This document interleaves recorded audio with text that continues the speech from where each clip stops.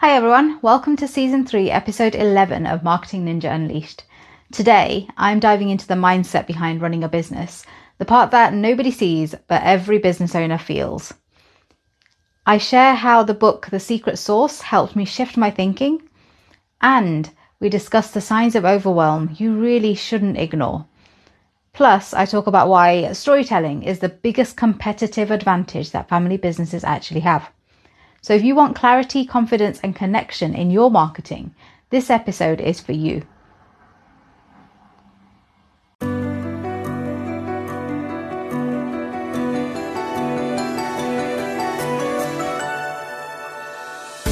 Hi everyone, welcome back to Marketing Ninja Unleashed. I'm Rena, founder of You and Your Story, where we help brands find their voice, share their story, and connect with their audience in a way that gets remembered. I can't believe we're almost at the end of the year, and I don't know about you, but this is a time when I start reflecting on what's gone well, what I could have done differently, and what I want to take with me into the new year. So, today's episode is about reflection and what I've learned this year. That includes mindset, managing overwhelm, and using storytelling to stay grounded, especially in business. I also share a few last-minute Christmas campaign ideas if you're looking to make an impact before the holidays. So, what have I learned about the mindset of a business owner? One of the key things for me was realizing that running a business is 50% strategy and 50% managing your own head. Earlier this year, I picked up a book called The Secret Sauce by Sam Smith, and honestly, it couldn't have come at a better time. It's a book that talks about business growth and mentions mindset, but not in the rah-rah motivational sense.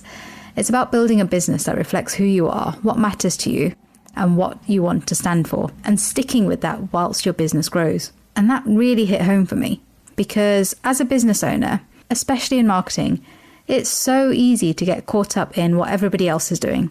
The trends, the noise, the comparison game. But mindset is everything. It's the foundation that shapes how you show up every single day. And the secret sauce reminded me that you can't pour from an empty cup.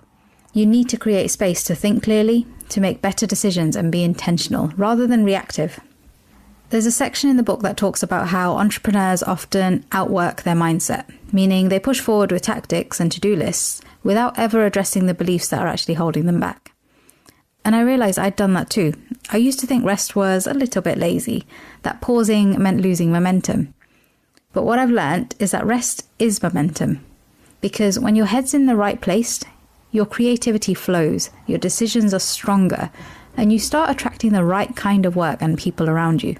So if you're listening to this and feeling a bit stuck, start with your mindset.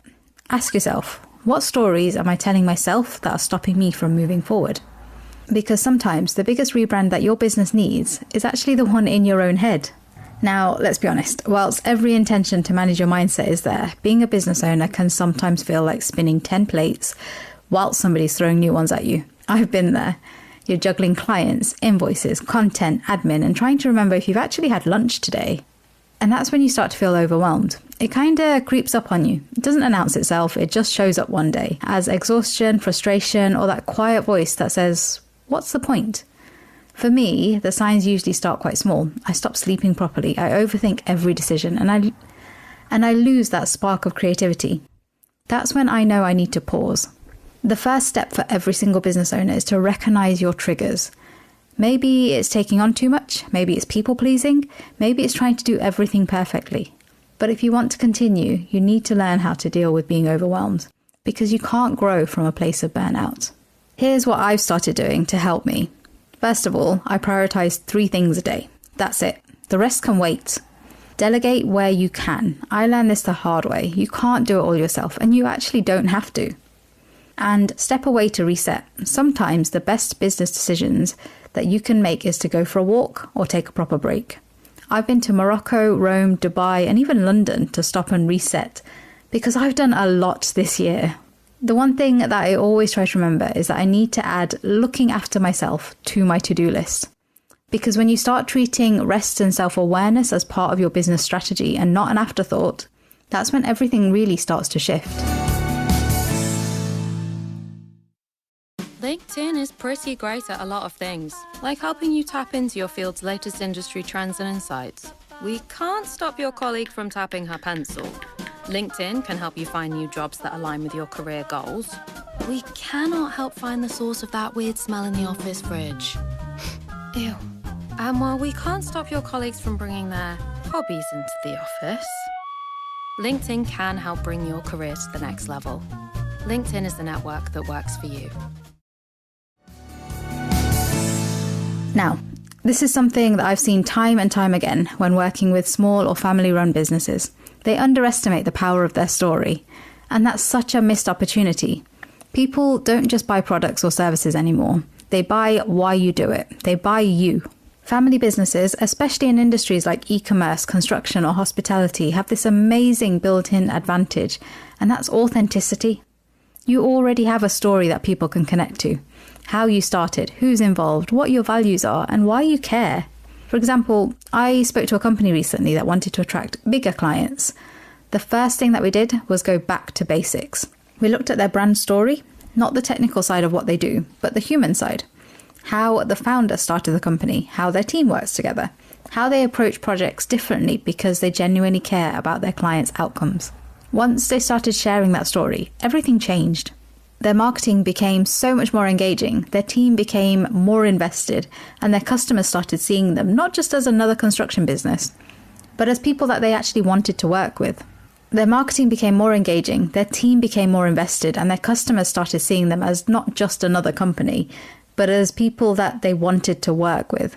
So if you're part of a family business, don't hide that. Highlight it. Show the faces behind your brand. Talk about your values, your relationships, and even your legacy. Your story is your biggest differentiator.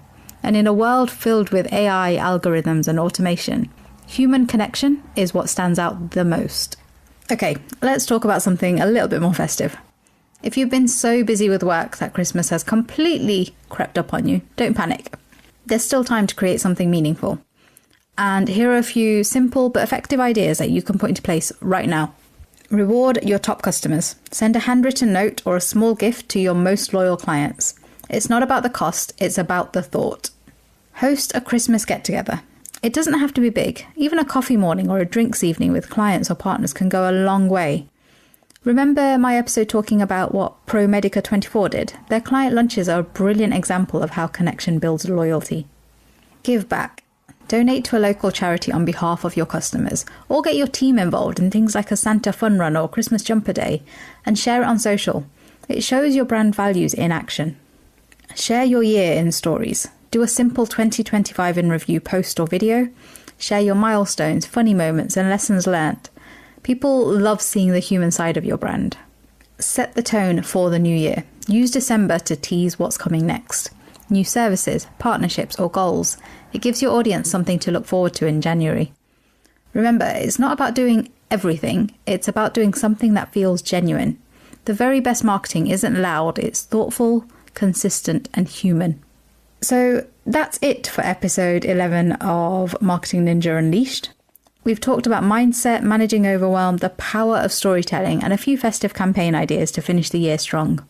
But if there's one thing I want you to take away from this episode, it's this. Success in business starts with self-awareness. When you understand yourself, your story, and your audience, that's when marketing becomes powerful. Thank you so much for listening, and as always, if you found this episode helpful, share it with someone who might need to hear it.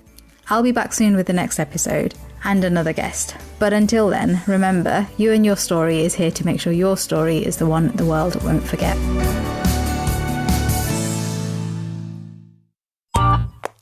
This has been a Monkey Pants Productions podcast.